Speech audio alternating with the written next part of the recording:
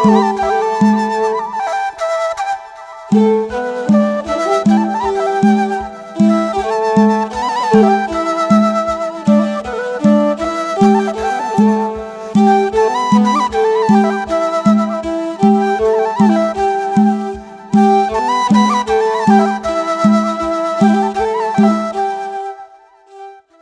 name of the Father, the Son, the Holy Spirit, one God, Amen. Good afternoon, everybody. How's everyone doing?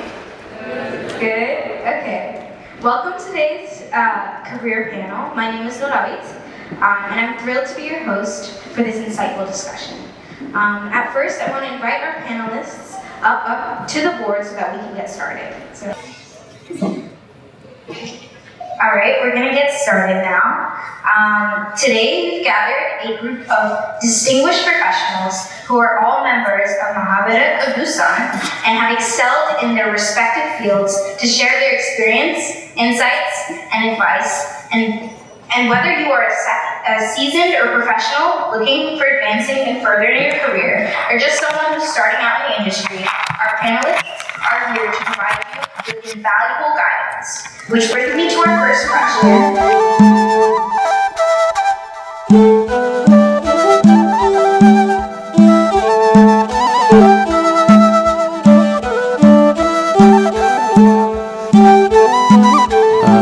My name is Kasis Theodros. I serve at Bisrata Gabriel, Deborah Bisrat Kadus Gabriel Vedakrishnan in New Jersey. And I'm also a professor in electrical and computer engineering at Stevens Institute of Technology in New Jersey. Okay, so my name is Jared. I'm here from Maryland, and I serve in Hammarbrand Mukoyan's church, and I'm a professional IT, and for like 20 years, and I serve in government projects now. I'm a senior government project consultant. My name is Malakail Kasis Fikra Jesus. I serve in Kentucky Deborah Hail Kadus Gabriel Church, and I'm a senior associate as a developer and contracting with the Department of Defense. Okay, good afternoon everyone. My name is Helena. I'm a first year graduate student at UC Irvine in California. I'm serving under the LA campus ministry, which we just started in January.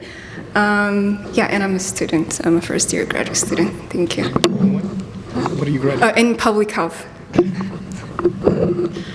Hello, everyone. My name is Noah Yared. I serve at Kadus Mikhail in Boston, Massachusetts, and I currently am a robotics engineer for MIT Lincoln Laboratory. Hi, everyone. I'm Diakon Abel, and I serve at Hamarano Kirana Miratin Kadus Mikhail Church in Nashville, Tennessee.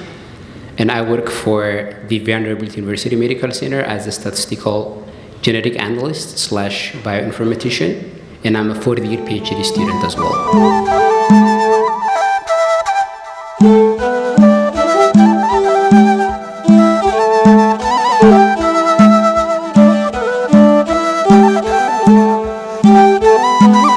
To me, when I was in undergrad student at Bahadar University, I think the guidance that I received from my brothers and sisters helped me to decide to choose electrical engineering as my majors. I had very limited information at that time, but mostly I was interested in applied mathematics. So in engineering fields, basically we have generally applied mathematics, and I think based on the feedback that they give me, it seems that electrical engineering would be the best choice for me. And after almost close to 20 years, it seems that it was a perfect choice for me. So that's how I ended up in this field. Okay, when we come to me, I was in the computer science career. First, when I started, I was civil engineer I trained as a civil engineer back in 1996 that I graduated. And since then, I worked for 9 years in civil engineering, but I couldn't get comfortable with that discipline. I like the discipline, but I didn't get comfortable with that much. Then I switched it. I came back to the college again after 9 years. After I got married, got a kid, then I got back to college again. And graduated in computer science there. Then I came to US. I got an opportunity to learn abroad. There is a university in Iowa. It's called Maharishi University of Computer Science. And I joined there. It's kind of crash course. Then after that, I got into it. But before that, I have a lot of interest for computers. I taught myself a lot of things, and I was into it. And I thought that this is a direction for my life in the future. That's what I decided. I think back in 2004, around 2004 or 3. That's the time that I decided to go to the computer science area. Then I came to in US in 2006. Since then, I've been through a lot of career transitions now. I think my story is a little bit similar to Yared's journey. I got my undergrad in linguistics. Now I do informatics or computer programming. So this is a paradigm shift, right? So it was linguistics, like all about social sciences. And I got my undergrad in 2006. Then I earned my master's in 2010, and I was in a PhD program back in Ethiopia at Addis Ababa University. So 1 year before I finished, 1 year like I was away from earning my PhD, I got a chance to come to the States. So that was 2012. Then I started everything from scratch. I started all over. So I made a decision that I needed to study something that I'm interested at. So I was interested in computer programming and the intersection of health and IT, because I had friends who were computer science professors, where I was a college professor as well.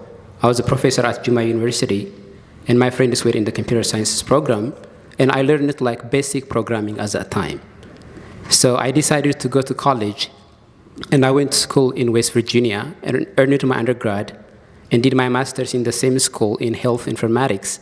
And it's at that time that I took a database course, and I loved the course and the professor. So I was intrigued by the course.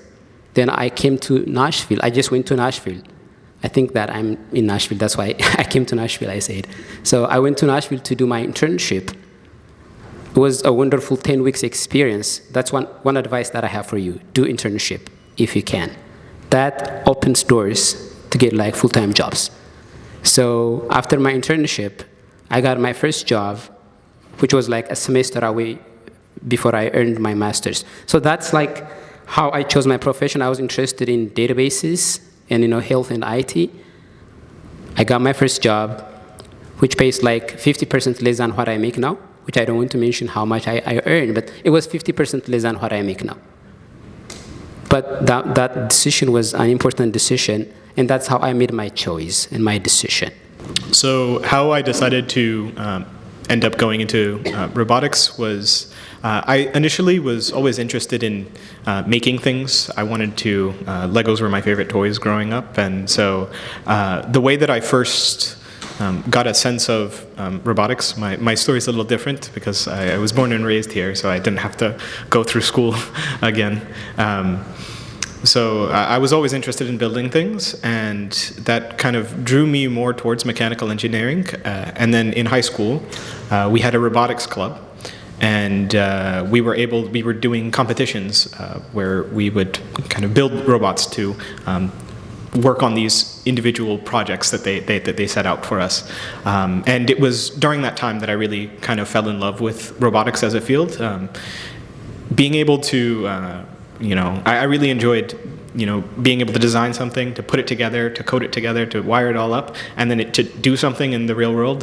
What you envisioned it was something that was really drew me in, and so that's how I started getting into it. And then what really kind of kept me going in the field was internships, as Yared said. Getting experience actually working in the field, it's a little different than what you do like personally. And so while I was working on projects in college, it was different than actually going out and working for an actual company. And then when I saw, what the actual field was like, that really kind of cemented the fact that, robotics is what I wanted to go into. And then eventually ended up where I am now. I was born and raised in Ethiopia, and while I was in high school, I knew I was interested in health, but also I was interested in the application of technologies in health. So I kind of struggled a little bit between choosing computer science and health, or like health-related fields, and then I decided to go with computer science. I thought I would be very interested in it.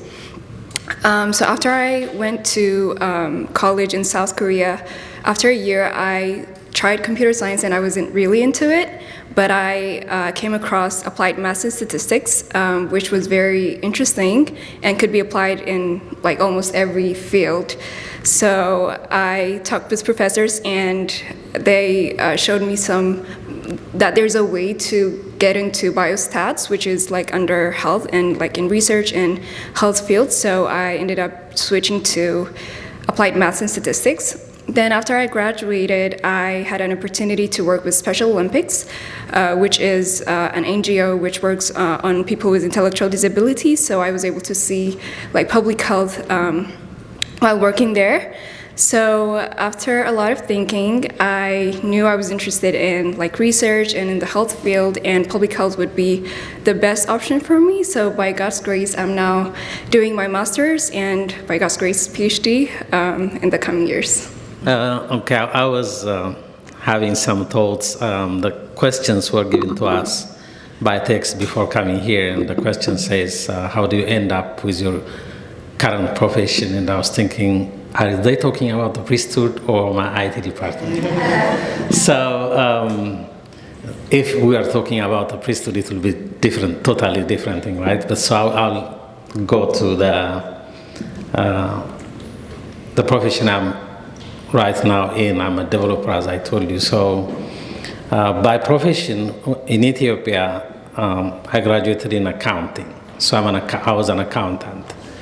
And if anyone knows, the first thing is when I was growing up, you don't decide what you are going to be. When I was a child, I was always wishing I would fly one day on an airplane. Then I changed it to becoming a doctor. Then the government put me in a social science college. That's how we end up. And I end up being an accountant. And accounting is, for a lack of a better word, it's a curse. In Ethiopia, not here, because you have to draw everything in hand. You have to come up with a ledger in hand and add and subtract a lot of numbers, so it was a headache. Then I was introduced to a software which was called, I think it was produced by a government of Sweden, and I was introduced to a software which you can do accounting with, and it just blew my mind, because I can do a lot of things in a minute.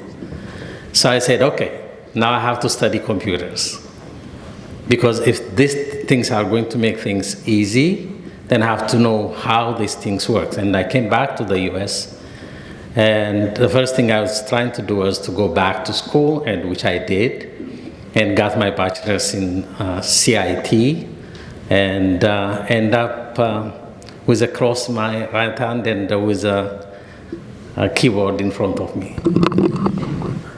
ሊቀ ምሁራን ዶክተር በእውቀቱ ደሳለኝ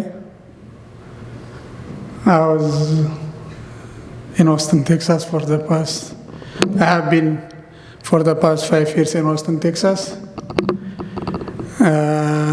In profession, I am Marigeta in Ethiopian Orthodox Church. I studied Gua, Kwakwam, Kene, Dasin, and Zimari Moset in the church. Then I continued my modern education while serving the church, and I will end up in medicine. So I graduated from Addis Ababa University Medical School, and I got degree of in Doctor of Medicine from Addis Ababa University Medical School. And I have been serving there for 3 years as a lecturer and as a physician in Addis Ababa University Tukur Ambassa Hospital, the only tertiary hospital in Ethiopia. And then after I came here in USA, I've been the church administrator of and the chairman of the parish council in Austin Debrahil Qudus Raguel Church. I've been teaching students, and then fortunately I got more than 30 deacons. In fact, I can say they are Marigita, all of them now. I can mention some of the names: Diakon Buruka, Diakon Matthias, Diakon Kali, Diakon Johannes, and you know them, yes? Do you know them? Yeah. So I have been studying to pursue my career as a medical doctor here in the USA. And then I have to study a lot to pass USMLE, United States Medical Licensing Exam, Step 1, Step 2, Step 3. With the help of God, I successfully completed those tests, and then I joined Howard University in internal medicine department. Right now, I'm doing my residency in Howard University Hospital.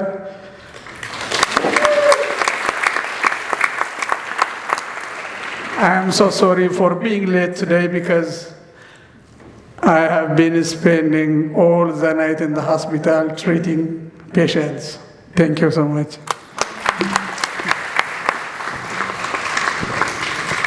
How has your relationship with God and your faith, as well as the church, helped you be successful in your career? I think it is very difficult to mention some of the things I have done in the past in separation of this church. As I told you, initially I have been in the church. I've grown up in the church since 3 years of age. I have been deacon, I have been a student of traditional schools, and then after I became Marigita, I started this profession.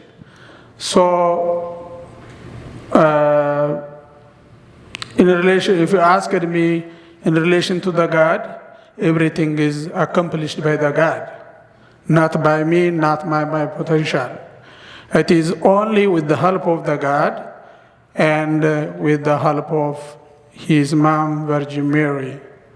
Let me tell you one thing. When I was grade 9, I was super busy at that time. In the morning, in 5 p.m., I have to go to the church. I have to go to the church to serve the church. And then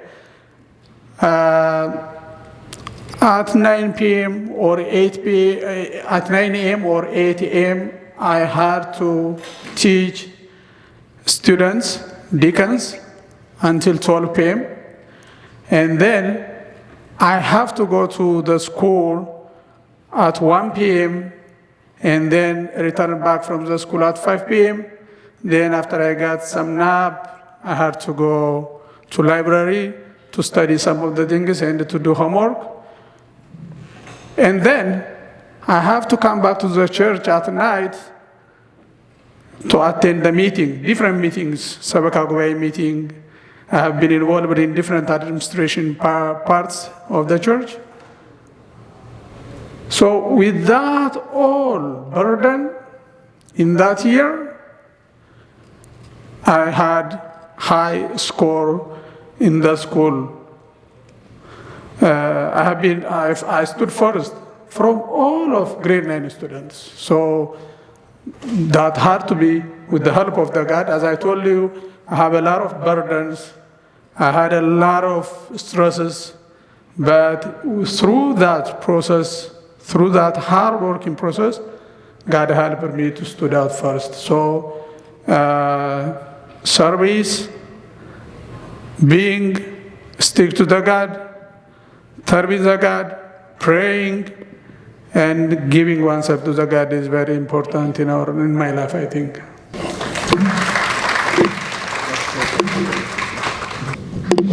So the question is, how does your relationship with God help you in your careers, right? So I'll try to put it this way. I'm not the only senior associates in my team.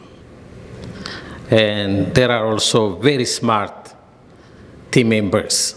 But I feel we have a very big difference between them and me. I'm not special.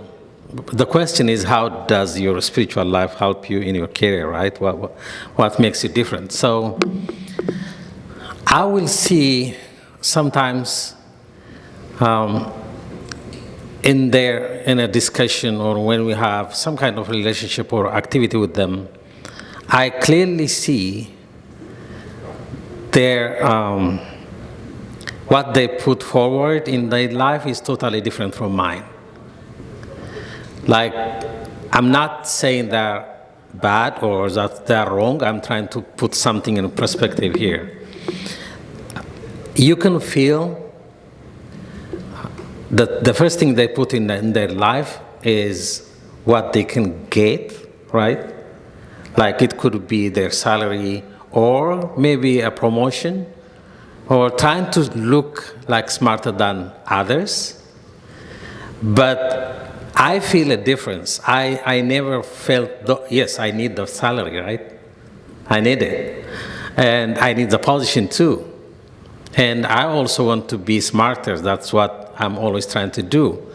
But what I see in them is what they put forward or as the number one in their life is totally different from mine.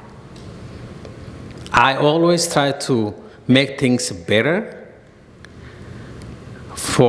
even for the team.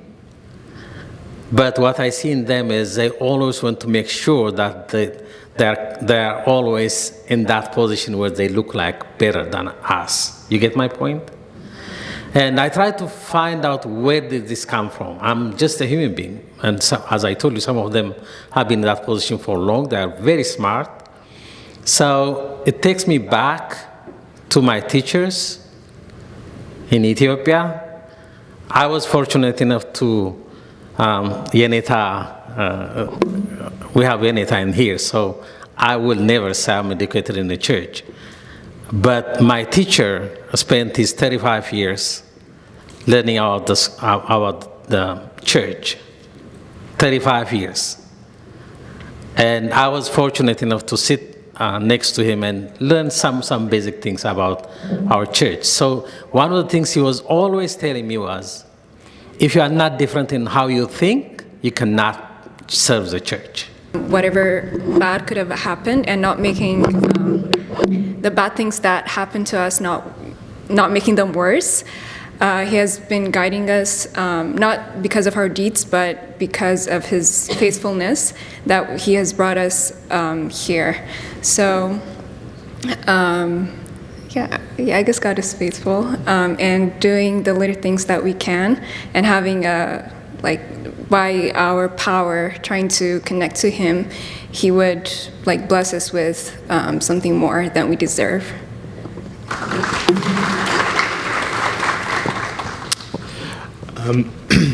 I would say the way that my faith and my career have intersected is that the way that I see things is that everything that I have is a gift from God. So all of the opportunities that I have been given, all of the people that I've met, all of the things that I've been able to do have been a blessing from God. And the way that my career has progressed is I feel like it has not been necessarily because of my work. Not saying that I haven't, worked incredibly hard for it, but I think it's because I have, there's the saying of you reap what you sow. And so what I have tried to do in my life is I tried to give to others, to serve in the way of God, and to, as was said before, not putting myself first, putting myself second. And the way that, that comes back to you is that you shouldn't be, I never thought of, I'm going to do this good thing and therefore God will bless me later. It's more so I want to do this good thing to be in service of God, to do good by God's name. And then on account of that, as I pray and as I hope for many things later on in my life, God gives me those blessings. And for each one of them, I am eternally grateful. And for each one of them, there's nothing that you could do to be worthy of to be completely worthy of everything that God has given. But I say thank you, and I continue to serve others.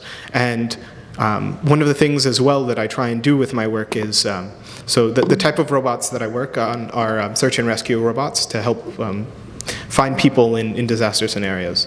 And so not only in my service that is outside of work, but also in service inside of work to try and ensure that I want to do the most good as possible. And so that is the way that my faith and my work have intertwined, is they're non-inseparable. You can't remove one from the other. It is because of my faith and because of the blessings that I have been able to do good in work, and it is because of the stuff that I am able to do in my work that I am able to give more blessings. And so that is the way that my faith and my... Okay, thank you very much. To me, one thing that the church gave me, I can say, is my brothers and sisters in Christ. They completely changed my life. I became a deacon in my 20s, unlike to you, Margita. I never went to Sunday school throughout my life. But in my high school life, I used to go to liturgy to attend that. And of course, my family's raised me in a very disciplined way. But when I was a freshman student, I think I was trying to go out of that path a little bit. But the brothers and sisters that I found in Gibigwai during my second year, they completely redefined my path, I can say that. It's completely a reroute. If I continue my life what I had in first year, I would be the opposite person that you see right now. So that's a big gift for me. For that matter, I came to US because of the brothers, because of one of my sisters that I know through Gibigwai for PhD studies. I went to Kansas as an assistant professor because of a brother that I met in Gibigwai. And so many things. Whatever I have achieved in my spiritual life and in my day-to-day life, to me it's just because of those brothers and sisters. So the church gave me that. That's how I see it. If I had other people around me, probably I could go in a different directions. And one thing I would like to add regarding my profession, to me, it seems like it's a chosen things for me. God knows what is good for me when I realize it now. At that time, I just simply make decision based on what I heard. But when I see it now, it seems that He knows what was good for me, and He was guiding me. I couldn't be any better. I couldn't choose any better things for me based on my character, based on my personality, based on my attitude. So even though my life is so unworthy, I am so lucky that everything was chosen for me, including my wife. It's a different story. Thank you very much.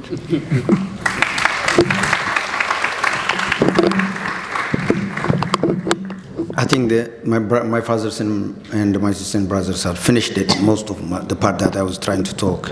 But first of all, I would like to applaud our father. You see that he got a lot of professorship from the church, and he's doing another profession in the medical school. Is being Margeda in Ethiopia, in Ethiopian Orthodox Church, is not an easy one, but it helped. Like that educational background, I think, helped our father to excel in medical school. Also, it's a titan, right? It needs an applaud. Our father needs an applaud from you guys. Barakatuh Rabbi. So when I'm talking about myself, I grew up on the eastern part of Ethiopia. When I say eastern part of, this guy knows what it means. I came from like a spoiled part of the society, with those people who chew chat. You know, if you know what chat means. A cat, they got a cat in it. You can look it up. I think people are Googling about it.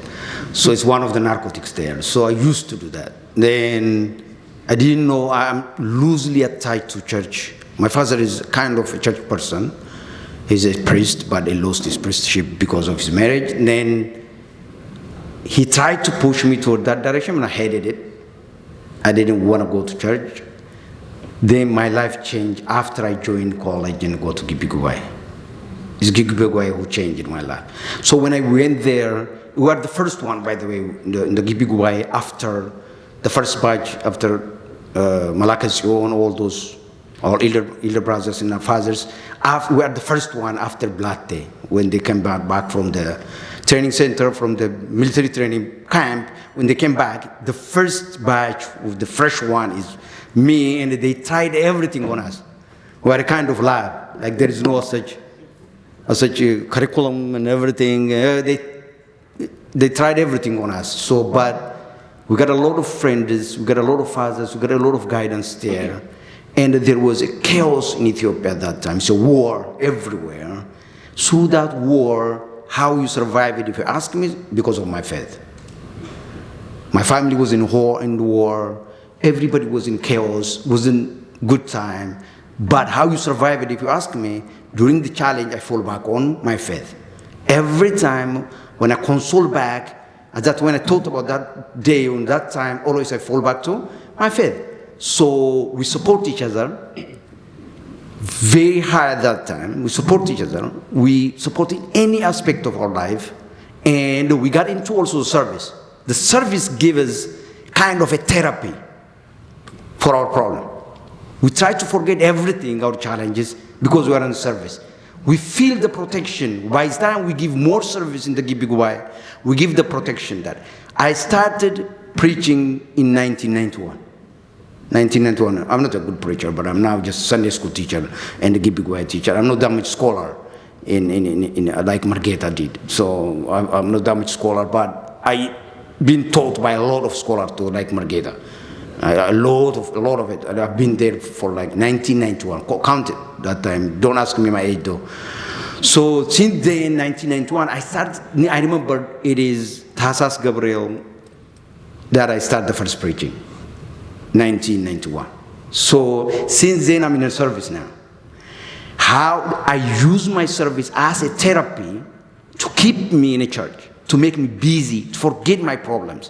When we come to my career, most of my career, especially the engineering career in Ethiopia, is the most spoiled one. You got bribed,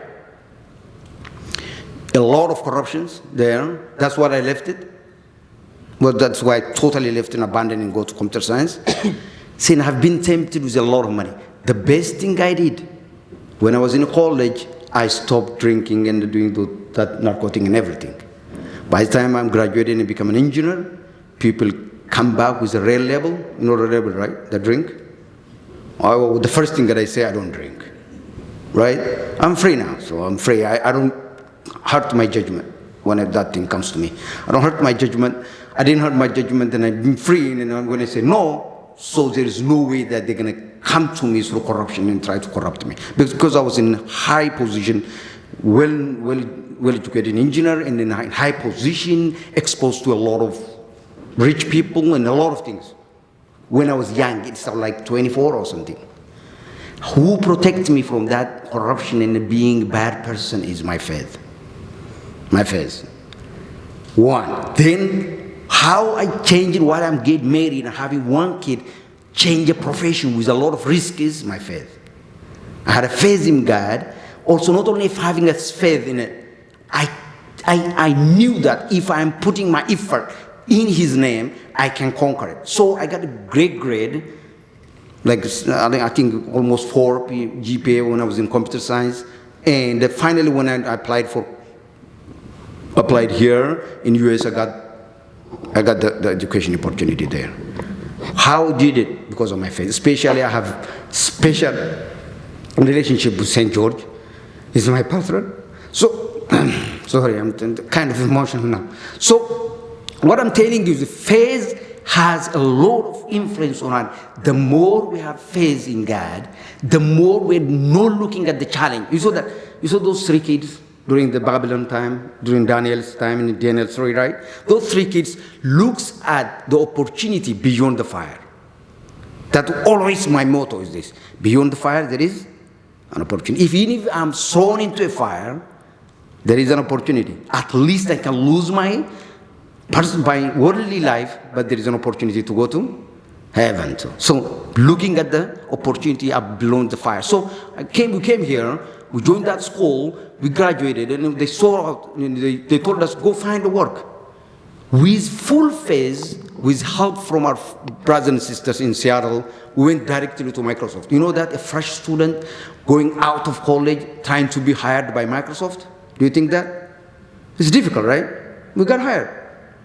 Because God is good. We got hired like in a prestigious technology company in Microsoft with good salary.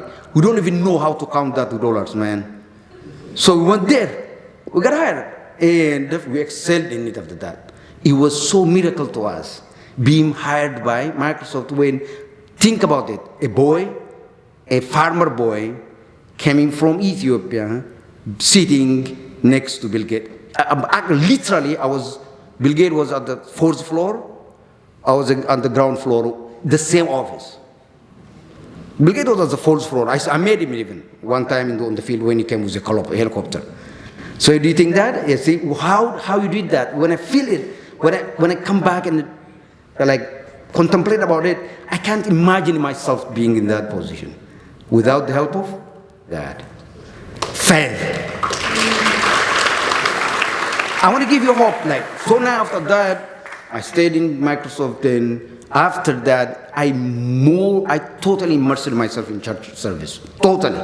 Immersed myself. I'm trying to help you guys in here, even in Biguay and everywhere in the church. I'm trying to give some service. It's not that much valuable. Don't take the service like Margita gives here. So just like takes us a minimal one. So I'm trying to give it. That's my therapy. I keep myself there in the church service. Always, I believe God has a better plan for me. Now I'm like senior consultant in big government project like DOJ, take it like FBI, and a lot of projects that I worked in. I'm still working now, working for a company called Federal Energy Commission, working for them, consultant there. How you get there? It is myself is a miracle to me. But a miracle through, it's not only faith, through hardship, hard working, and having faith. That's what I'm going to tell you. Thank you.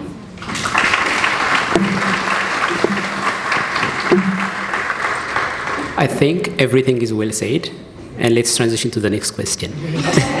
I won't add anything, right? So a word is enough to the wise. So if you're wise, everything is really well said. They said everything. That I would say, for sure. All right, guys. So we're gonna turn towards the audience. I hope you guys were thinking and keeping your brains on while we had the discussion as we're moving into a Q&A. So we'll get started. Is there anyone who has a question up first for any of the panelists? This can be an individual question or a question for the panel. Thank you so much for the panel. We've learned a lot from all of you, so just from the bottom of my heart, thank you so much. I guess my one question is, when you were trying to figure out what career to pursue, did you seek out God's will, I guess in prayer, and ask Him? So did you seek out God's will in prayer and ask Him, is this the right path for me? And how did He respond? Just because that's something that I think a lot of people here might be wondering whether or not something is for them. So I think maybe if you could share your experience about how God responded to that question. Thank you so much. Yeah, one question comes after one question. To tell you the truth, I didn't prepare anything because I came here just to see you, because I'm very interested. One of your sisters told me about you. I was very interested. So I came here to see you, to introduce myself, and to exchange experience in the future. For your question, if you have a purpose, I think in that process, God will, and God power is in there. It depends on your intent. If your intent is to kill someone, if your intent is to destroy some parties and to do harm for others, it's not the will of God, yes? But in terms of profession, to tell you my experience, when I was in high school, I was evaluating different professions. My first choice was to be a lawyer and economist. If you asked me, my answer at that time was to be a lawyer to punish the criminals in order to create peaceful life in this world. If you asked me why you want to end up in economics, you know, our country is poor. Ethiopia is a poor country. So I want to know why this poverty is in Ethiopia. So in order to eradicate that poverty, I have to have knowledge in economics to eradicate that poverty. These were my thoughts. But when I grow up and when I see everything in Ethiopia, if I were a judge, I couldn't do anything because there is political interference. If I would end up in economics, I couldn't do anything because the politics is surrounded by the people who want us to satisfy their needs, not the people, for the common good. So I changed my mind. So what profession is good for me? I asked myself. So I found that if I become a physician, I will help the people who are suffering from physical and mental illness. So this is very important profession for my life. In fact, I am Kes, I am Marigeta. I want to help people spiritually. And it would be better, it is going to be better if I help them physically. So it was a good intent for me. So I worked hard to achieve my purpose, to achieve my goal, and I was praying to God to help me. So I figure out it is the will of God according to the intent. I think I'm not good in social science. If you are here in social science studies, there are many ethical theories, you can tell them. I remember I have a course in Immanuel Kant theory in ethics. So the means justify the end, or the end justify the means. There are two controversies, yes. I think the means justifies the end according to the Bible and the God's will. So if your intent is for good, if your intent, whatever, any profession, but that profession must be in a way that help people, that help yourself and your family. So there is a God will in that intent. For sure, you need to pray, you need to work hard for that to achieve the goal. I think the rest they will answer, Doctor. Thank you. This is a very common question that I receive when I advise undergrad students. I'm not only a professor, but also I'm an advisor for them. And students, after sophomore year, they change majors. So they wasted more than 30, 40, 60 credit hours. And they completely change their majors. And sometimes if you ask why, it's just only because they have option. And after their junior year, they regret on their decision and they try to find another major that compromises both. So sometimes when you have a lot of opportunities, you get confused. And I see that. So first, you should see in what area you are good at. Some students are really excellent in one subject. They like it. That's their favorite one. And the other one is like not good for you. Like you can see that. For me, that's how I see the will of the Lord. And I can proceed with what I like, and then I can succeed. If I don't like it, it is so difficult. I mean, you should like the subject first. If you don't like the subject, it is too difficult to succeed in it. So, but students, they see what their friends doing, studying. Their friends are so excited about their discipline or their major. So after when they hear that, then they start to not like what they have, and they shift. And that results confusion and also, I think, loss of time and money. So the first thing I want you to think is, which area are you good at? You've exposed to several subjects in high schools and probably in freshman as well, and looked at number one. Number two, in the coming 5 years, 10 years, I mean, you should make your own assessment. I mean, of course, God is always ready to bless your effort in whatever area you dedicated your time and effort, in whatever area. But if you let Him to decide for you, He will show you His will in different ways. But as a person, I feel like 5 years from now, 10 years from now, which subjects, which areas will grow, which areas will have a challenge.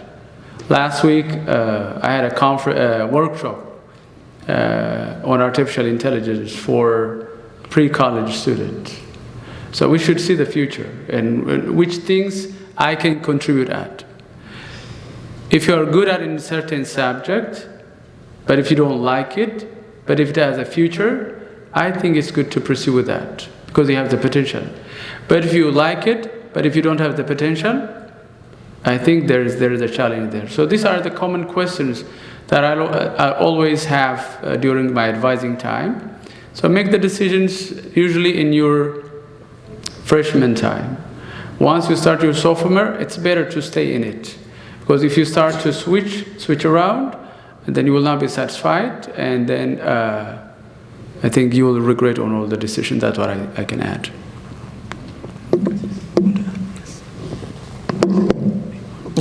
Just to add a small point, my fathers have given a very beautiful answer, but for me, and I have my son and my daughter here in the meeting, so I think the question has a different level of understanding from our side. What I'm trying to say is, most of you are in college, So when you were growing up, like in elementary, I'm talking about you give us a name, Abesha parents, right? So I'm talking about as an Abesha parent. So we say good job, and we try to encourage you when you get A's and B's, right? So most of your life, we have to be honest. As a parent, we have to be honest. We are teaching our kids to please us, right? So you are in that mentality when you grow up to make us proud, which is not wrong, which is good, but we also lack to give you the ability to think for yourself, right? So when you are put in this position to decide between water and fire in your life, then you get confused because you are not raised to think about yourself. You are raised to make us happy, right? So the question has a different level of root. So what I'm trying to tell you here is, I'm not going to add on what my father said, but just to give you, I have a chance to talk to a lot of teenagers and college students, and some of you might have been in my class. So what I want to tell you is, when it comes a difficult question about deciding what your profession is going to be, when you think, and rightfully so, is this going to make my living, right? But if you are thinking anything, what you are working on is to please God,